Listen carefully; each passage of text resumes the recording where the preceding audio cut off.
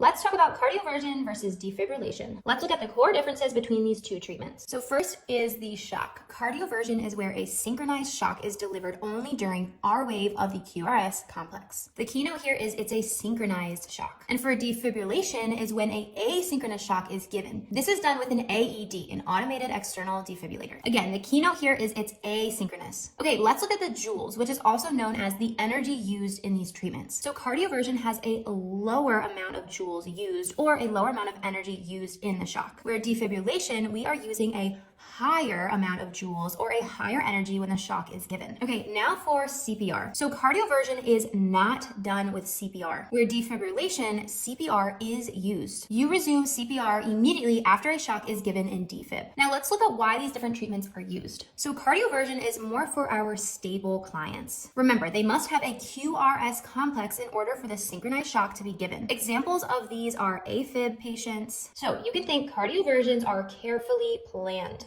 They are for our stable patients, so we are going to set up an appointment and plan for a cardioversion to be given. Defib is for our unstable clients. Examples of this are ventricle tachycardia or VT or VF, ventricle fibrillation. So you can remember this by thinking defibrillation is for deadly rhythms. You can find more information like this in the Complete Nursing School bundle. Happy studying, future nurses!